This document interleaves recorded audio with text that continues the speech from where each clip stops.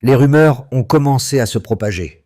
Des drones occidentaux pourraient bientôt survoler le ciel du Burkina Faso. Pour le reste du monde, ce n'était qu'un énième titre perdu dans l'agitation mondiale. Mais à Ouagadougou, cela résonnait comme un tambour de guerre. Ibrahim Traoré, jeune président de 34 ans, a réagi avec une fermeté glaciale. Lorsque l'Occident défie la souveraineté du pays, il ne recule pas. Ce n'est pas juste une confrontation diplomatique, c'est une question de fierté nationale. Ibrahim Traoré va-t-il sauver le Burkina Faso ou l'histoire du pays va-t-elle se jouer dans ce ciel contesté? La souveraineté de l'Afrique peut-elle être sacrifiée? Ibrahim Traoré a pris une décision audacieuse, défiant l'influence occidentale en expulsant les troupes françaises et en fermant les bases étrangères. Ce geste radical a suscité un soutien massif dans le pays, mais aussi une inquiétude croissante chez ses alliés internationaux. Les enjeux sont énormes. La souveraineté du Burkina Faso est en jeu, tout comme l'avenir de l'Afrique. Les pays voisins observent de près et les tensions montent. Si Traoré réussit à maintenir cette position, il pourrait être perçu comme un symbole de la révolte africaine, un modèle d'indépendance face aux puissances coloniales. Mais s'il échoue, le pays pourrait plonger dans l'instabilité, voire devenir un terrain de bataille géopolitique où l'Occident pourrait intervenir. Le destin de la région pourrait être redéfini en fonction de ce choix. À l'échelle mondiale, une défaite pour Traoré pourrait marquer un recul majeur pour les mouvements de décolonisation. Traoré n'a pas seulement mis en danger sa propre position, il a également placé l'avenir du Burkina Faso, voire celui du Sahel, sous une lumière plus éclatante. Le monde entier attend la suite, prêt à réagir. Cette confrontation pourrait tout changer. Passons maintenant à l'histoire d'Ibrahim Traoré, qui commence bien avant son ascension au pouvoir. Dans un contexte géopolitique tendu, où les puissances occidentales, telles que la France, ont longtemps exercé une forte influence sur le Sahel, Traoré a pris une position inédite.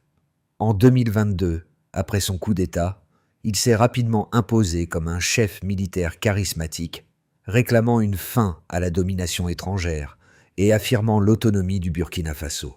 Mais ce n'était pas qu'un acte politique. Il a aussi suscité une vague de soutien populaire, qui voyait en lui un leader de la souveraineté africaine, un homme prêt à s'opposer aux impérialistes, un renverseur de système. Ces décisions ont rapidement marqué un tournant, l'expulsion des troupes françaises devenant un symbole fort.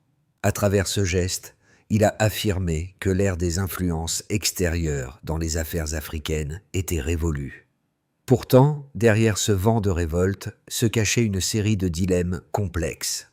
Bien que sa popularité ait grandi parmi les partisans du panafricanisme, elle a aussi suscité de vives inquiétudes chez les diplomates occidentaux. L'impact sur la stabilité régionale est incertain. Le retrait des forces françaises a laissé un vide que des groupes djihadistes pourraient exploiter. La Russie, avec son influence croissante en Afrique, a été vue comme une alternative, mais cela n'a pas apaisé les tensions. Le défi de Traoré n'est pas seulement militaire. Il doit naviguer entre les pressions internes et externes, tout en tentant de préserver l'équilibre fragile qu'il a instauré. Si son pari échoue, le Burkina Faso pourrait devenir un terrain de jeu pour des puissances étrangères rivales. Mais s'il réussit, il pourrait établir un précédent pour d'autres nations africaines, un modèle de résistance contre l'impérialisme. Ibrahim Traoré, un jeune capitaine, a pris la tête du Burkina Faso dans un contexte de profond mécontentement. Son ascension au pouvoir, après le renversement du gouvernement précédent, n'était pas seulement un changement politique. Elle marquait un virage radical pour le pays. Les Burkinabés, fatigués des ingérences étrangères et des promesses non tenues, ont vu en lui un homme capable de redonner à leur nation son indépendance. Son charisme et sa position ferme sur les questions de souveraineté ont immédiatement résonné auprès de la population. Mais son leadership est mis à l'épreuve dès les premiers mois.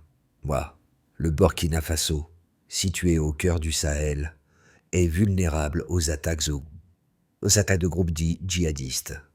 En prenant des décisions radicales, comme l'expulsion des troupes françaises, Traoré a risqué d'aggraver la situation sécuritaire du pays. Pourtant, ce geste a également renforcé son image de leader nationaliste et de défenseur de la dignité africaine. Les actions de Traoré ont des répercussions bien au-delà des frontières du Burkina Faso.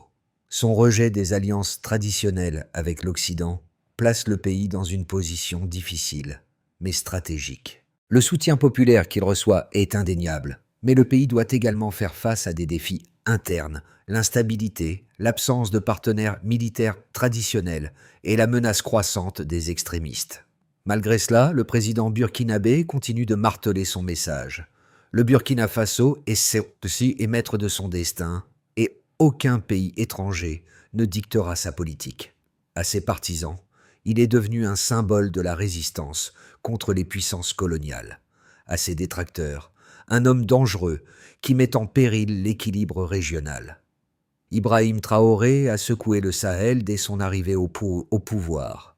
En 2022, après avoir renversé le régime précédent, il a immédiatement amorcé une série de décisions qui ont transformé le paysage politique et militaire du Burkina Faso. L'une des plus audacieuses a été l'expulsion des troupes françaises du pays, un acte qui a stupéfié l'Occident et a secoué les alliés traditionnels du Burkina.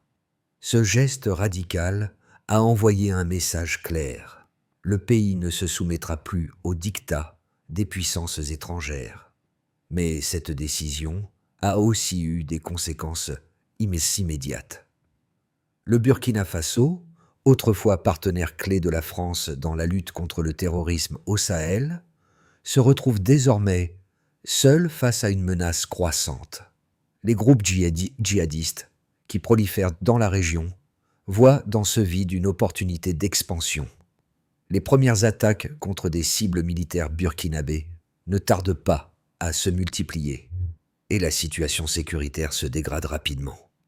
Face à ce défi, Traoré ne recule pas. Il redouble d'efforts pour renforcer l'armée nationale, la dotant de nouveaux équipements et en renforçant la coopération avec des pays comme la Russie, qui a offert son soutien militaire.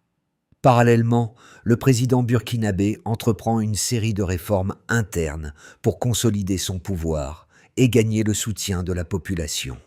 Les manifestants descendant dans les rues, brandissant des pancartes de soutien, et l'opinion publique semble s'aligner derrière lui, bien que des critiques sur la gestion de la sécurité et de l'économie commencent à émerger. Le climat au Burkina Faso devient de plus en plus tendu.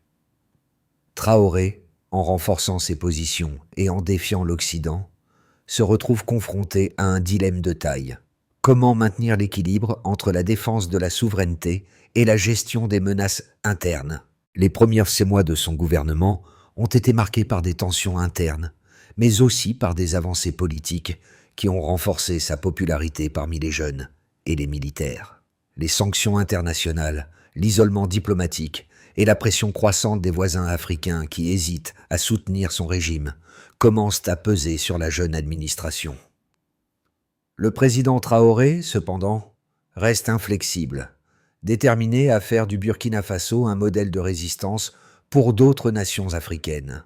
Mais alors que les tensions s'intensifient, un événement majeur survient, l'apparition de rumeurs selon lesquelles des drones occidentaux pourraient commencer à survoler le pays. Cela provoque une montée en flèche des préoccupations à l'intérieur du pays et à l'étranger.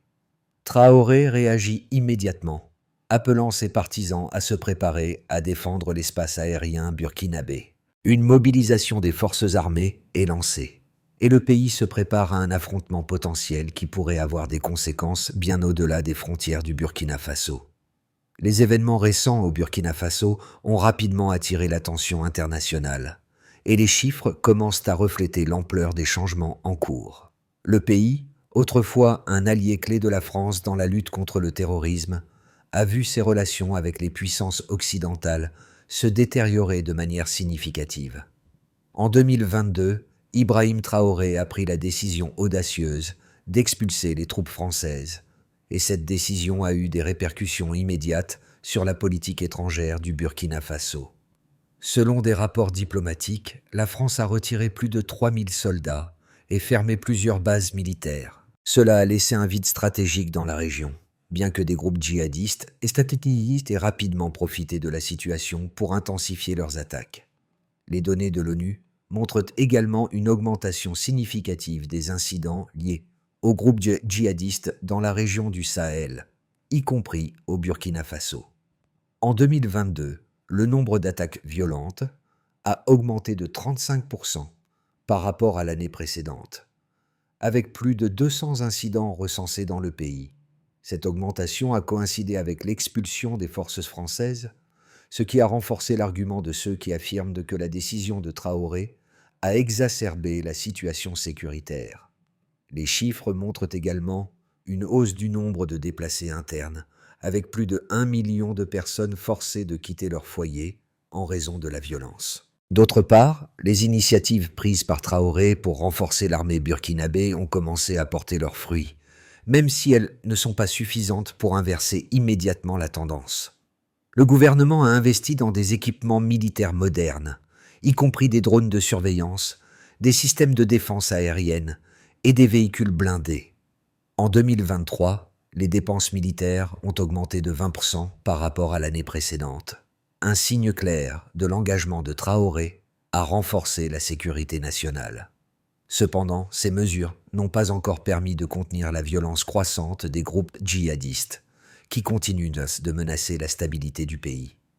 En parallèle, l'isolement diplomatique du Burkina Faso s'accentue. En 2023, le pays a perdu plusieurs partenariats clés avec des nations occidentales, et la coopération avec des organisations internationales a été suspendue.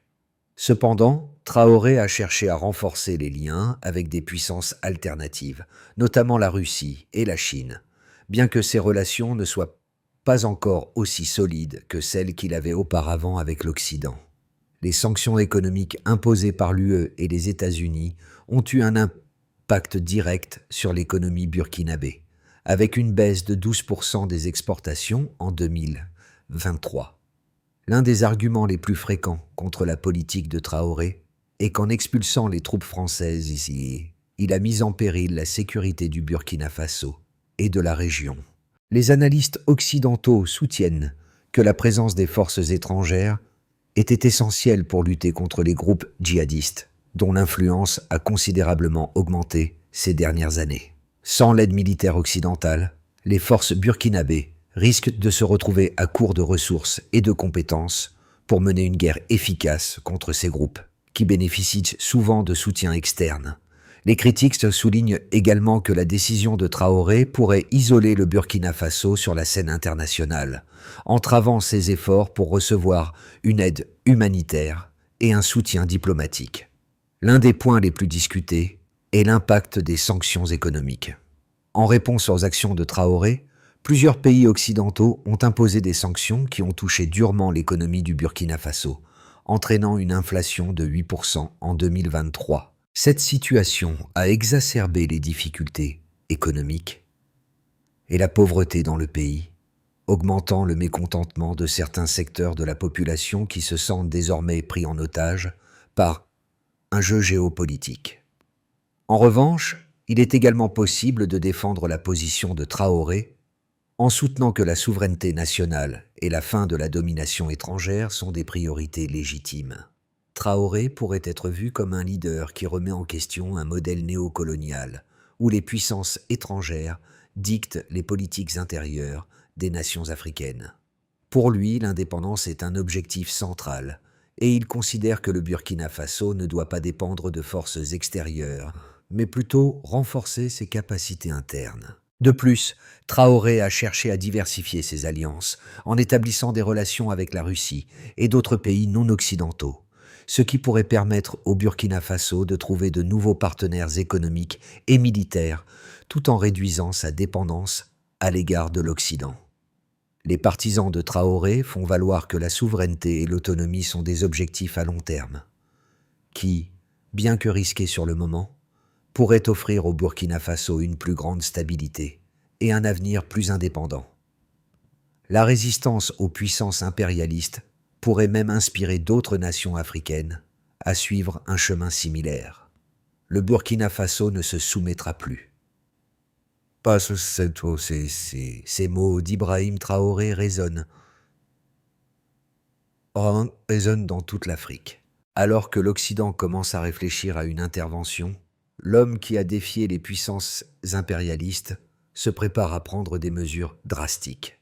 Mais derrière ces discours forts se cache une réalité plus complexe. La stabilité du pays est menacée. Les attaques djihadistes s'intensifient et le vide laissé par le retrait des troupes françaises semble de plus en plus difficile à combler. Pourtant, Traoré a décidé de continuer sur sa lancée, refusant de revenir en arrière. Les répercussions de son choix sont plus importantes que jamais. Au cœur de cette crise, le monde se demande: Traoré est-il un visionnaire ou simplement un homme qui a trop misé sur sa résistance?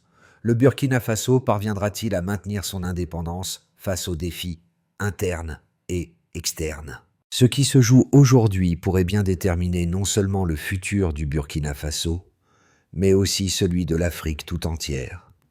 Le véritable défi commence maintenant.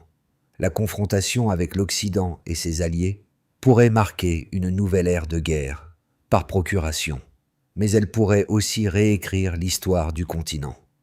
Les répercussions de la politique d'Ibrahim Traoré ne sont pas seulement visibles au Burkina Faso, mais dans toute la région du Sahel.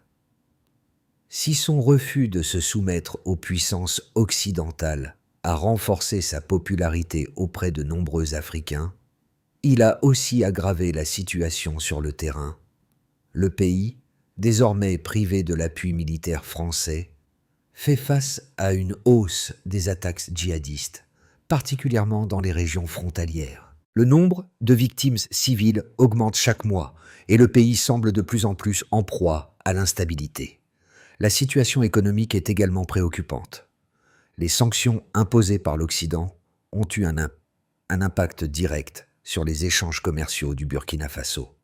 En 2023, les exportations de la nation ont chuté de 12% et la valeur de la monnaie a fortement diminué. L'inflation atteint des niveaux records, touchant particulièrement les secteurs les plus vulnérables. Le manque d'investissement étranger, conséquence directe de l'isolement diplomatique, exacerbe encore la situation. Cependant, Traoré et son gouvernement tentent de compenser ce manque par un rapprochement avec la Russie et d'autres puissances non occidentales. Mais la transition reste complexe et semée d'embûches. Les tensions géopolitiques sont également montées d'un cran. Le retrait des troupes françaises et la fermeture des bases occidentales ont non seulement affecté la politique intérieure, mais ont aussi changé la dynamique régionale. Les voisins du Burkina Faso, notamment le Mali et le Niger, observent attentivement la situation. Certains se sont déjà tournés vers des alliances alternatives, notamment avec la Russie, tandis que d'autres continuent de lutter pour maintenir l'influence occidentale dans la région. Le Sahel, déjà une zone de tension, pourrait bientôt devenir un terrain de jeu pour des puissances étrangères rivales. Le contrôle des ressources naturelles et la lutte contre le terrorisme risquent de devenir les nouveaux champs de bataille pour ces nations. Le manque de soutien international pèse sur la capacité du Burkina Faso à résoudre ses problèmes internes. En effet, l'isolement diplomatique compromet sérieusement les efforts humanitaires nécessaires. Les Nations Unies et plusieurs ONG dénoncent le manque d'accès à certaines zones touchées par la violence et le déplacement des populations. Le pays a besoin de fonds et de ressources pour faire face aux défis humanitaires, mais la fermeture des frontières commerciales et l'absence de partenaires solides rendent cette tâche de plus en plus difficile. Le Burkina Faso se trouve à un carrefour stratégique dans les mois à venir. Plusieurs scénarios peuvent se dessiner en fonction de la manière dont Ibrahim Traoré et son gouvernement gèrent la situation. Le pays pourrait soit se stabiliser en renforçant son indépendance, soit entrer dans une période prolongée d'instabilité. Commençons par le scénario de base. Dans ce scénario, le Burkina Faso réussit à maintenir son indépendance tout en consolidant ses relations avec des partenaires non occidentaux. Traoré parvient à stabiliser le pays en obtenant l'aide militaire de la Russie et d'autres pays émergents. Bien que la sécurité reste fragile, Des progrès sont réalisés dans la lutte contre les groupes djihadistes. L'économie se redresse lentement avec la diversification des partenaires commerciaux. Le pays retrouve une forme de stabilité, mais reste confronté à des défis importants, notamment la gestion des tensions internes et la montée de l'extrémisme. Passons maintenant au scénario optimiste. Dans ce scénario, le Burkina Faso devient un modèle de souveraineté africaine. Traoré renforce l'armée burkinabé et réussit à créer une coalition régionale solide avec le Mali, le Niger et d'autres pays du Sahel. Le soutien de la Russie et de la Chine permet au pays de sortir de l'isolement diplomatique. Le Burkina Faso connaît une croissance économique grâce à des investissements étrangers en dehors du cadre occidental. Le pays réussit à repousser les groupes djihadistes et à restaurer la paix dans la plupart des régions. En tant que leader de la résistance contre les puissances impérialistes, Traoré devient une figure de proue du panafricanisme.